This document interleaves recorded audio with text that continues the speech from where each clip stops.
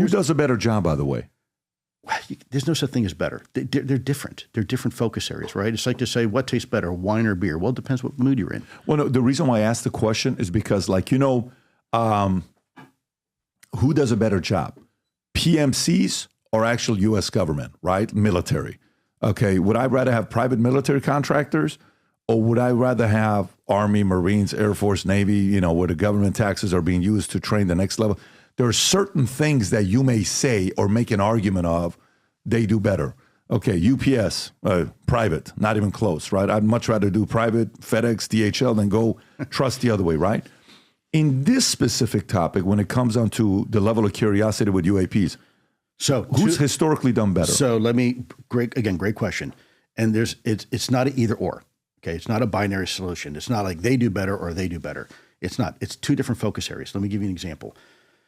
MUFON, for example, that organization, they are across the country in every state. They've got investigators, and they can go out if there is some sort of UFO sighting, and they can be boots on the ground within usually about an hour or two, right? So they can canvass a huge wide area. The U.S. military, we're around military bases. They're not going to go ahead and just cut off some folks from, Air Force Special Police or Army CID or MPs to go into the middle of downtown Detroit and start interviewing civilians. They don't even have the authority to do that, right? They're Title 10 authorities. So they don't have those authorities to even do that. They can only focus on the military equities, military contractors, military civilians, et cetera. So it's not that one is better than the other. In fact, some of the people, for example, in MUFON are former military investigators themselves. So they have all the same training as guys like me have, right? But they're civilians. Now, the problem is they don't have security clearances necessarily, so they're not going to get the super classified sensor data off a certain collection platform that we may be flying in a denied territory, right, where we happen to see a UAP in full 4 HD, 4K HD. They're not going to have that because that organization doesn't have the capabilities. They don't have the ability to task platforms. They don't have the authorities, and they don't have the security clearance. So it's apples and oranges. You can't say one is better than the other. What you can say is some have the ability to do some things where others have the ability to do something else. It's not really a one-for-one comparison. Is it competitive or no? No, actually, I think it's pretty symbiotic now, especially with the way the organization's going. Collaborative?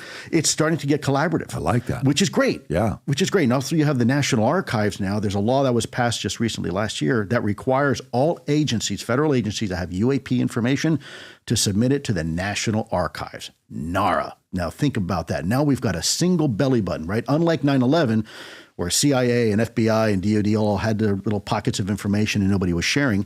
Now you've got a central repository in law that says you will, CIA, FBI, DOD, and everybody else, DIA, NGA, NRO, you name it. If you've got UAP information, you will eventually submit it to NARA, to the National Archives, right? And there it shall stay.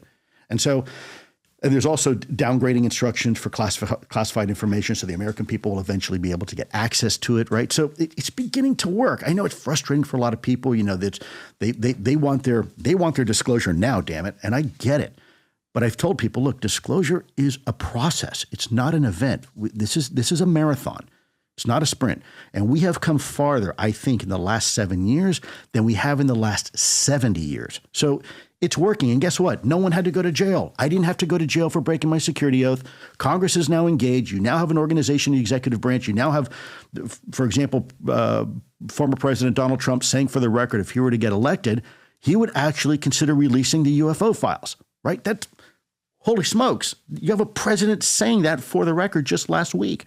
So we've come so far in this conversation. And, I hate this conversation to be about personalities. There's an old saying that I'll say it in reverse, but, great minds think about ideas, good minds, strong minds think about things, and weak minds, think or talk about people. I think this topic is more important than any personality.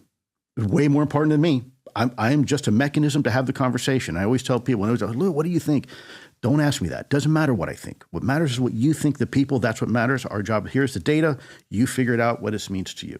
And if it means nothing, great. But at least you've had the opportunity to see it for yourself. The problem with this community that people call the UAP or UFO community it's full of personalities that desperately seek attention, whether they want to tear somebody down or they want to pretend that, they're the next Messiah. And that's dangerous to the conversation because that stigmatizes. That is the very reason why people in the past didn't really take this topic very seriously, because you had this weird collection of egos all vying for attention, trying to somehow stake their claim to being, the one who has the answer when no one has the answer. Nobody has the answer. I don't have the answer. All we have is the data. And that's why this topic is so important, because we need more data. Get that data in front of the right people, take it out of the DOD, bring it to academia, bring it to the science community, and let those people figure this out. Who's holding back? And what will it take? What decision, what one person can say, let's do that? Well, I don't think one person can. You have to have the legislative branch create laws requiring things like they're doing now with NARA. They have a new law that's hopefully going to pass for this year, part of the National Defense Authorization Act, the NDAA. So, it's kind of a string of laws that have to be passed. You have to have an executive branch that's willing to have the conversation and set up the organizations and give them the authorities they need to actually do the job they were set up to do, right? And then you need people that are willing to have the conversation with the American people, right? And hold those organizations accountable to ensure that they are only classifying information that really needs to be classified, right? Not abusing your authorities to classify information. So all those things are necessary. You also need your allies, international partners and allies to be part of this. You need the media engaged, and you need the public. You need the general public engaged so they can then contact their elected officials and say, yes, we want this topic covered. We want you to champion this, right? The media needs the public engagement so they know it's okay to report on this. So this isn't professional suicide, right? They're like, oh my gosh, we're going to report on a UFO. No one will ever watch our show again. So mainstream media needs to feel secure in the fact that they can actually report on real UAP type issues without being discredited or being considered, put in that corner of stigma and taboo. In other words, we got a lot of work to do. Heck yeah, we got a lot of work to do. Absolutely. This is only the beginning. Yeah. This is not the end. This is the beginning of the conversation. For the last 4 years, every time we do podcasts, I have to ask Rob or somebody, hey, can you pull up this news? Can you pull up that? Which way do these guys lean? Can you go back to the timeline of, eventually after asking so many questions, I said, why don't we design the website that we want aggregated? We don't write the articles. We feed all of it in using AI. So 8 months ago, I hired 15 machine learning engineers. They put together our news site called vtnews.ai. What this allows you to do when you go to it, if you go to that story right there that says Trump proposes overtime pay, click on it. It'll tell you how many sources are reporting on this from the left. If you go to the right, Rob, it says left sources, click on it. Those are all the left sources. If I want to go to right sources, those are the two. If I want to go to center, I go there. Now, if I want to go all the way to the top and I want to find out a lopsided story, a story that only one side is reporting on, either the left or the right. So if you notice the first one, will say Zelensky announces release of 49 Ukrainians from Russia. Notice more people on the left are reporting on that than the right. If I go to the middle one, same thing. If I go to the right one, same thing. You can see what stories are lopsided. And if I pick one of the stories, pick the first story, click on a Trump one, proposes overtime tax cuts. To the right on the AI, I can ask any question I want, but click on the first question that has it. It says, what is the political context and potential motivation behind the Trump's new tax cut proposal? Click on the question mark. It explains exactly what the motives are. So for you to use, whether you're doing a podcast, you're in the middle of a podcast, or you just want to know it for yourself, you're busy like myself. And last but not least, this is all AI doing this, so machine learning engineers. Go all the way to the top. I can go to timelines, and see how far back a story goes. Pick the Israel-Palestinian conflict. If I want to go to that and go back and see why are those 2 days a big spike, I'll have Rob pull it over to go to those 2 days with a big spike, and I'll see exactly what happened on that day or the previous day, and many other features vtnews.ai has. So simply go to vtnews.ai.